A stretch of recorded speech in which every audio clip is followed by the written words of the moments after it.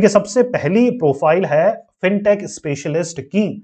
ये जो कैरियर है फिनटेक दो फील्ड के एमलगेमेशन मिक्सचर से बना है जो कि है फाइनेंस और टेक्नोलॉजी। तो अगर आप ऐसे स्टूडेंट हैं जिनको दोनों में ही इंटरेस्ट है तो ये वो फील्ड है जो कि आपका कैरियर बना सकती है, चेंज कर सकती है। Fintech specialist play a key role in developing and implementing innovative जो फाइनेंशियल सॉल्यूशंस हैं, जैसे कि पेटीएम फाइनेंस सर्विसेज प्रोवाइड करा रहा है, लेकिन ये टेक प्लेटफॉर्म है, फोन पे है, पॉलिसी बाजार है, ग्रो सबके नाम आपने सुन रखे हैं।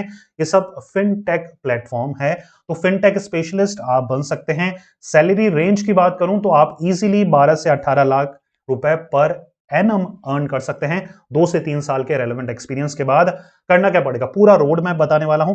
देखिए, अगर आप एमबीए कर रहे हैं, करने वाले हैं या फिर चल रहा है तो क्या करना है, और कर लिया है तो भी क्या करना है। ठीक है, एमबीए फाइनेंस रिक्वायर्ड होता है, मतलब फिनटेक स्पेशलिस्ट की जो भी पोजीशंस निकलती है उनमें एमबीए फाइनेंस रिक्वायर्ड होता है।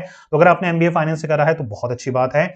सीएफए अगर आपने करा है, सर्टिफाइड फाइनेंशियल एनालिस्ट सर्टिफिकेशन नहीं करा है तो कर लीजिए, अगर आप ये स्पेसिफिक हमारी एक प्रोफाइल को टारगेट कर रहे हैं। एमबीए फिनटेक भी होता है जो कि अगर आपने करा है तो बहुत अच्छी बात है। एमबीए आईटी कर भी आप फिनटेक स्पेशलिस्ट की पोजीशंस को हासिल कर सकते हैं। ठीक है, तो ये 3 से 4 कुछ ऐसे एजुकेशनल क्वालिफिकेशन है जो भी रिक्रूटर्स होता है वो सर्च करता है, फाइंड आउट करता है कि यार बच्चे का अगर ये बैकग्राउंड है, आईटी का बैकग्राउंड है, फाइनेंस का बैकग्राउंड है, तो उनको ज्यादा इंपॉर्टेंस दी जाती है। ठीक है, ये 3 से 4 चीजें अगर आप कर सकते हैं तो जरूर करिए।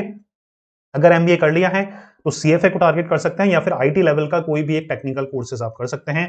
डाटा साइंस का हो सकता है, आईटी बैकग्राउंड का हो सकता है, ताकि आप फिनटेक पोजीशंस को स्पेसिफिकली टारगेट कर सकें। ठीक है, second one is data analyst की पोजीशन। डाटा एनालिस्ट क्या करते हैं, जो भी डाटा होता है ना उसको मीनिंगफुल बनाते हैं, सिंपल एज दैट, ताकि वो डिसीजन मेकिंग में काम आए। डाटा कॉम्प्लेक्स हो सकता है, अनफिल्टर्ड हो सकता है, तो जो भी डाटा है उसको ट्रांसफॉर्म करना, रॉ डाटा को जो मीनिंगफुल नहीं था उसको मीनिंगफुल बनाना, ताकि डिसीजन मेकिंग में वो डाटा को यूज आ सके। आप इजीली यहां पर भी 3 लाख से अपने कैरियर की स्टार्टिंग कर 17 टू 18 लाख पर एनम तक जा सकते हैं विद अ रेलेवेंट एक्सपीरियंस। करना क्या पड़ता है, एमबीए करनी पड़ती है डाटा साइंस में, या फिर बिजनेस एनालिटिक्स में भी ये आप एमबीए कर सकते हैं, या फिर अगर आपका एमबीए हो गया है तो आप डिप्लोमा कर सकते हैं डाटा साइंस में। मान के चलिए आपने एमबीए मार्केटिंग में करा है, एचआर में करा है, तो आप डिप्लोमा कर सकते हैं डाटा साइंस में और as a data analyst work कर सकते हैं। Third one is management consultant. नाम से पता लग रहा है बिजनेस को इफेक्टिवली रन कैसे करना है, मैनेज कैसे करना है, प्रॉफिटेबिलिटी कैसे बढ़ानी है, इस चीज के लिए कंसल्टेशन एडवाइस प्रोवाइड कराते हैं मैनेजमेंट कंसल्टेंट। आप इजीली 3 लाख से लेकर 18 लाख पर एनम तक अर्न कर सकते हैं 3 से 5 साल के एक्सपीरियंस के बाद।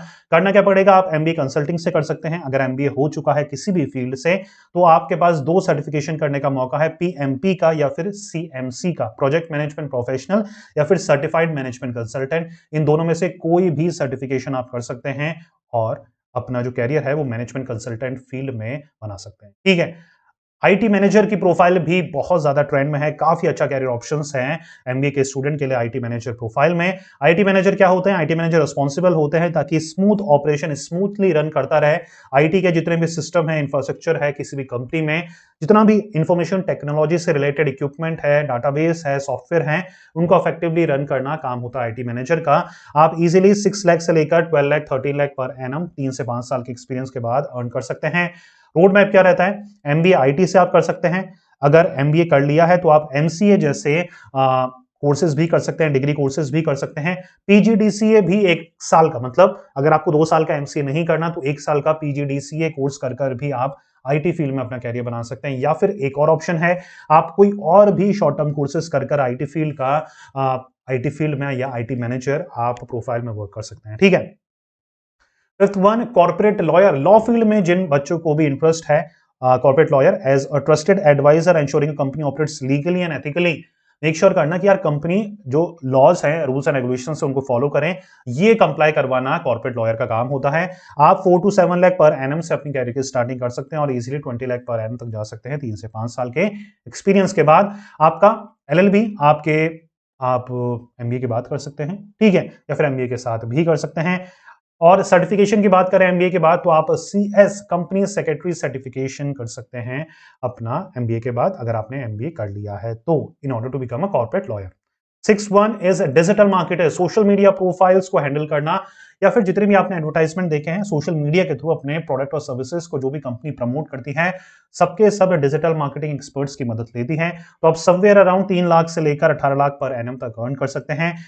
आप क्या कर सकते हैं, एमबीए डिजिटल मार्केटिंग से कर सकते हैं, या फिर एमबीए कर लिया है इफ इन केस तो डिजिटल मार्केटिंग का 6 मंथ का सर्टिफिकेशन भी आप कर सकते हैं। ठीक है। 7th वन, अगर आपको टीचिंग पैशनेट लगती है तो यूनिवर्सिटी प्रोफेसर आप बन सकते हैं। करना क्या है, यूजीसी नेट एग्जामिनेशन को क्वालिफाई करना है अपने एमबीए के बाद। उसके बाद और ज्यादा आपको टीचिंग में ही असिस्टेंट प्रोफेसर, प्रोफेसर लेवल तक पहुंचना है तो आपको पीएचडी भी करनी पड़ सकती है। Starting salary somewhere around 3 lakh से होती है एज अ लेक्चरर, फिर आपका 20 से 25 लाख पर एनम तक जा सकती है जैसे जैसे आप हिराकी में बढ़ते रहते हैं। कैसे बढ़ते हैं, लेक्चरर होता है, फिर आपका assistant professor, associate professor, then comes the professor. ठीक है, चलिए। 8th one is auditor. Auditor क्या होते हैं, अकाउंट्स जो चेक करते हैं कंपनीज वगैरह के। तो यहां पर आपका फाइनेंस और अकाउंटिंग बैकग्राउंड होना चाहिए, अगर है तो बहुत अच्छी बात है। आप सीए, सीपीए या फिर एडब्ल्यूसीए में से कोई भी एक सर्टिफिकेशन कर सकते हैं एमबीए के साथ या फिर एमबीए के बाद, और आप इजीली 12 से 18 लाख पर एनम तक अर्न कर सकते हैं। ठीक है। एक और चीज, इफ इन केस आप ऐसे स्टूडेंट हैं जो कि एमबीए के साथ या फिर एमबीए के बाद कोई इंटरनेशनल सर्टिफिकेशन को टारगेट कर रहा है, क्योंकि आप जानते हैं इंडियन सर्टिफिकेशन जितने भी है, सीए है, सीएस है, सीएमए है, इंडिया में ही उन सभी सर्टिफिकेशन की डिमांड है, बाहर उनकी डिमांड नहीं है। लेकिन अगर आप ग्लोबल सर्टिफिकेशन टारगेट करते हैं तो उनकी डिमांड इंडिया के साथ साथ बाहर भी है। अगर आप कोई भी इंटरनेशनल सर्टिफिकेशन टारगेट कर रहे हैं, चाहे वो सीएफए है, चाहे वो एफआरएम है, चाहे वो यूएससीएमए है, चाहे वो एडब्ल्यूसीए है, तो आपको क्या करना है, एक सिंपल सा काम करना है। डिस्क्रिप्शन में गूगल फॉर्म का लिंक मिलेगा, उसको अगर आप सबमिट करते हैं तो आप 1-to-1 free counselling session attend कर सकते हैं, जिनमें आपको जो भी इंटरनेशनल सर्टिफिकेशन करना उससे रिलेटेड जो भी डाउट है आप जेल एजुकेशन के साथ डिस्कस कर सकते हैं। हमने जेल एजुकेशन के साथ टाइप करा है ताकि आपके जितने भी इंटरनेशनल सर्टिफिकेशन रिलेटेड डाउट हैं वो सब दूर हो सकें। और आपको बताता चलूं, जेल एजुकेशन इंडिया का नंबर 1 प्लेटफॉर्म है जिसके थ्रू आप इंटरनेशनल सर्टिफिकेशन की तैयारी भी कर सकते हैं अगर आप चाहें तो। देखिए, ये जो काउंसलिंग कॉल होगी ये पूरी तरीके से फ्री ऑफ कॉस्ट होगी। यहां पर जो भी आपके डाउट होंगे वो आपके दूर होंगे। अब जेल को एज अ प्रिपरेशन इंस्टीट्यूट आप ज्वाइन करें ना करें वो सब कुछ आपके ऊपर है। हमारा काम है आपके जितने भी डाउट है इंटरनेशनल सर्टिफिकेशन के बारे में, क्योंकि देखिए इंडियन सर्टिफिकेशन के बारे में बहुत कुछ जानते हैं, गूगल कर हमें पता लग जाता है, लेकिन इंटरनेशनल सर्टिफिकेशन की ऑथेंटिक नॉलेज आपको नहीं मिल पाती है। इसी वजह से हमने एक ऐसा इंस्टीट्यूट को चूज करा है जो कि नंबर 1 है, जिसके जो काउंसलर्स हैं आपको सही तरीके से गाइड कर पाएंगे कि बेस्ट तरीका क्या है इंडिया में रहकर ये सारे इंटरनेशनल सर्टिफिकेशन को करने का। डिस्क्रिप्शन में लिंक है, गूगल फॉर्म को फिल आउट करना है, खुद जेल एजुकेशन की टीम आपको रीच आउट करेगी और पूरा ये जो प्रोसेस रहेगा फ्री ऑफ कॉस्ट रहेगा, इसकी मैं गारंटी लेता हूं। ठीक है, चलिए।